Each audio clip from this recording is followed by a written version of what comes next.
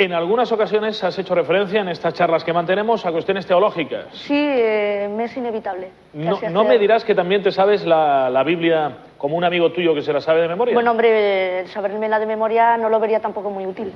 No, porque mientras la pueda leer y entender, no me la sé de memoria. Ya, pero es cierto que hay un amigo tuyo yo que... conozco a mucha gente que se sabe la Biblia de memoria exactamente, ya no lo sé. Pero por lo menos que te puede dar citas, primera de Corintios 3, 4 y te lo dice perfectamente. Sí, conozco a bastante gente. ¿Qué te llama la atención de la Biblia? ¿Por qué se considera que la Biblia es un libro, cuanto menos teológicamente, sin duda importante, también simbólicamente? También... Simbólicamente, la Biblia es, aparte de un libro teológico y religioso, es el lugar donde se plasmaron las tradiciones desde los judíos antiguos, y la Biblia representa la fe de un pueblo, cómo la plasmaron ellos, y es una suerte que nos la haya legado a nosotros, la podamos entender, comprender y modificar en parte a nuestra sociedad. Oye, o sea, es un libro muy importante. Una pregunta, ¿tú te crees todo lo que dice la Biblia? Es que... Mejor dicho, ¿crees que ha sucedido? Mira, te voy a decir una cosa, es que nadie, ningún teólogo, es que la Biblia no es cuestión de creerla. O sea, a mí, por ejemplo, me cuentan que Adán y Eva, pues bueno, muy bien, vivieron, Adán se creó del barro, Eva de las costillas de Adán, y es que, en primer lugar, yo sí tengo un razonamiento lógico, no me lo creo. Como nadie, ningún teólogo se lo cree. Eso tiene un significado. Es una forma de manifestar el qué, en la creación, que todo procede del poder creador de Dios, pero no que Adán y Eva vivieron y fueron los primeros seres humanos, no, por favor. También tenemos unos argumentos científicos que lo rebaten. O sea que ahí hay que buscar, que no me vengan con cuentos de que a Jonás no se lo pudo tragar un pez porque es totalmente cierto, como muchas leyendas nuestras, sino que tiene un significado y hay que entenderlo. Decíamos que tienes Biblias bueno, diversas. tengo, a mí me gusta, no tengo tampoco muchos libros, pero bueno, intento tener diversas Biblias porque a veces las traducciones son incorrectas del original hebreo, del original griego. Siempre es bueno comparar, ¿no?, cuál es mejor. Aquí tengo una que es la Biblia de Thompson, de la edición de Reina Valera del 60, que es la Biblia protestante, pero que tiene una traducción muy buena. Lo que pasa es que no incluye los deuterocanónicos. Luego tengo que también aquí, que es la de la Turaj, Nevaim, Ketuvim, que es la Biblia hebrea, ¿no?, la que se usa convencionalmente, los judíos, y que pues es la original, ¿no?, el Antiguo Testamento, como sabemos, incluye los judíos. ¿Tú eres partidario de las clases de religión en las escuelas? Yo sí, por una sencilla razón. No que se institucionalice como obligatoria, ¿no? Yo creo que es siempre respetable que haya una división, los que quieren dar estudio, los que quieren dar religión, pero yo soy partidario porque la mayoría de las personas no tienen un acceso... ellos son cristianos, son católicos, pero no tienen acceso a conocerla bien. Hay mucha ignorancia bíblica y teológica. Yo creo que si hay un profesor que puede darlo y puede enseñarlo y luego puede servir para afirmar yo creo en esto por algo... Pero ¿no sería más pertinente, desde el punto de vista científico, pregunto, historia de las religiones, de todas? Sí, lo que pasa es que historia de las religiones ya no sería tan profundo. Eso se puede dar geografía e historia y puedes dar simplemente Israel como historia de Israel. Fernando Savater decía el otro día, vale, muy bien, que se dé historias de las religiones, pero que también se dé historia de las supersticiones. Hombre, es bastante irónico, ¿no?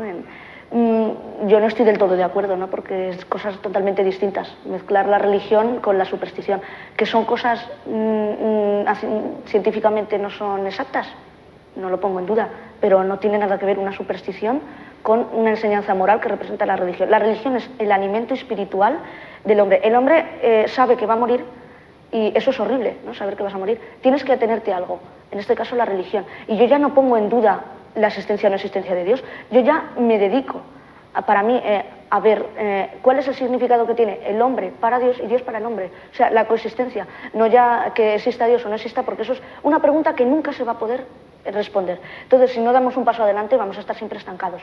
Y bueno, pues eso, lo repito, nunca se va a poder... responder hasta que nosotros lo probemos, si es así. Pero los materialistas, los existencialistas, dicen hay que aprender a vivir en ese abismo, en ese aparente sinsentido de que, sabiéndonos mortales, no creamos en la religión, ni en el más allá, ni en Dios. Sí, pero... ¿Tú crees que es posible vivir sin una fe religiosa? Yo, para mí, no. No lo creo posible por varias razones. Como decía, es un alimento espiritual, es una fuente de escape. Y la mente humana necesita creer en algo. Es como la duda metódica. Yo siempre me estoy preguntando en la duda metódica, no porque este vaso a lo mejor yo creo que es blanco y no es blanco. Pero es que si no nos atenemos a algo nos volvemos locos. El ser humano no está preparado. Porque no está preparado. Sería tanta afluencia de conocimientos que sería una dilatación en las neuronas, que no podría... bueno, ya no se podría asimilar tanta información. Es como un ordenador, ¿no? Si tú les empiezas a meter datos, el ordenador terminará por erronear, ¿no? Pero buscarle sentido a las cosas, sí, por lo visto, no, por supuesto, es siempre... una cuestión antropológica. Es decir, el hombre tiene que buscar sentido a las cosas. Exacto, es que pero lo la necesita. naturaleza no habla de sentido, sino de procesos. Ahí están las plantas creciendo, sí, los ríos fluyendo. Pues es un porque sí natural, ¿no? ¿Por qué nos tiene que aturdir tanto? Pues es que el ser humano, es la propia constitución del ser humano. El ser humano necesita que le aturda algo. El ser humano no puede estar quieto, no puede estar Pero quiero decir, pasivo. ¿por qué nos aturde tanto que no haya vivir sin la idea de Dios?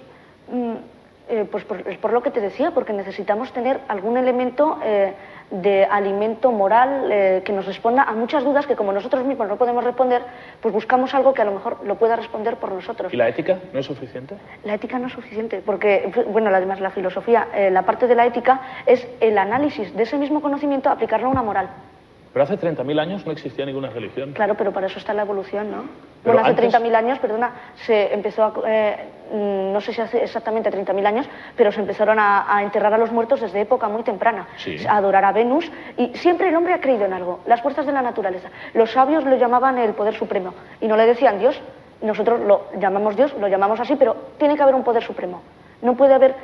¿Y no cabe una religión, Carlos, que sea, en lugar de amar a un intercesor entre nosotros y lo absoluto, una religión que diga que nos apreciemos profundamente los seres vivos entre nosotros, en lugar de otorgarlo a alguien superior? La religión católica también. No, naturalmente, pero no en nombre de un ser superior, sino del respeto a lo humano. Sí, lo que pasa es que ya estaríamos remitiéndonos solo al hombre, ¿no? O sea, nos tendríamos solo en cuenta nosotros, pero lo que te decía, muchas dudas... Perdona, te corto mucho, ¿no? No te preocupes. No sé.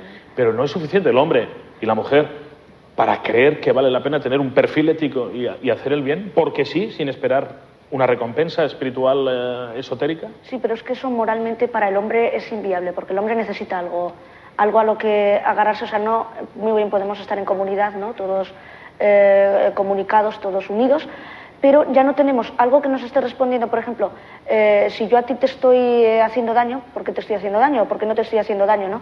Sin embargo, si yo estoy haciendo el bien, pues yo digo, ¿por qué estoy yo haciendo ese bien? Es que me ha tenido que impulsar algo. Porque te produce placer. Bueno, no solo porque me produzca placer, no me tiene por qué producir placer hacer el bien. Es que Tiene que haber una fuerza superior que me haya incitado a hacer ese bien, en ese acto. Muy bien, estamos hablando de la libertad que nos ha otorgado Dios, de caminos, ¿no? O sea, yo puedo hacer el mal si yo quiero, puedo hacer el bien si yo quiero, ¿no? Pero en ese sentido... Pero un tío tan cartesiano como tú, tan frío, tan documentado, tan analista, y dices, tiene que haber alguien superior. Claro, pero ya estoy especulando, ¿no? Como muy bien habrás notado. Pero es que en ese sentido tiene que haberlo. Fíjate, pero es que en ese sentido ya estoy mostrando la debilidad humana para responder a ciertas cosas que no lo podemos responder, y es así. Y yo mismo me he agarrado a creer que existe algo superior, pero como tú otro puede decir que no, y muy bien, le respeto. Yo estoy exponiendo mi argumento de por qué, porque yo ahora mismo tiene que haber. ¿Por qué se ha hecho esto? Y no lo voy a poder responder ni lo sé responder. Y a lo mejor hace 100 años no sabían responder cosas que ahora sí y las atribuían a un ser superior. Pero eso siempre pasará. Entonces, hasta ese entonces, yo creo, hasta ese entonces, que será un entonces infinito, creo que tenemos que atenernos. Pero ya es más por cuestión de humildad. Es que el hombre, si él mismo se atribuye los dones, se puede decir, de haber conseguido todo lo que ha hecho, ya sería falta de humildad. Falta de humildad porque, por ejemplo, una rana no ha tenido la misma suerte de poder ahora mismo tener la capacidad claro que no. de pensar. Y además, no solo eso, sino entre los hombres, los temperamentos son una lotería. Sí, no, y además que es una suerte que no todos seamos iguales, que eso es otra bendición, ¿no? Porque una rana, todas son iguales, las especies son iguales. Sin embargo, en el ser humano todos físicamente tenemos las mismas características, ¿no? Pero somos diferentes. Somos diferentes, tenemos un criterio diferente, y bueno, pues esa es la gran riqueza que se nos ha dado. Se nos ha dado, yo creo que un ser superior, otros creen que hemos sido nosotros mismos, pero es como decía, y actúa una cuestión de humildad del propio ser humano. No nos podemos atribuir todos los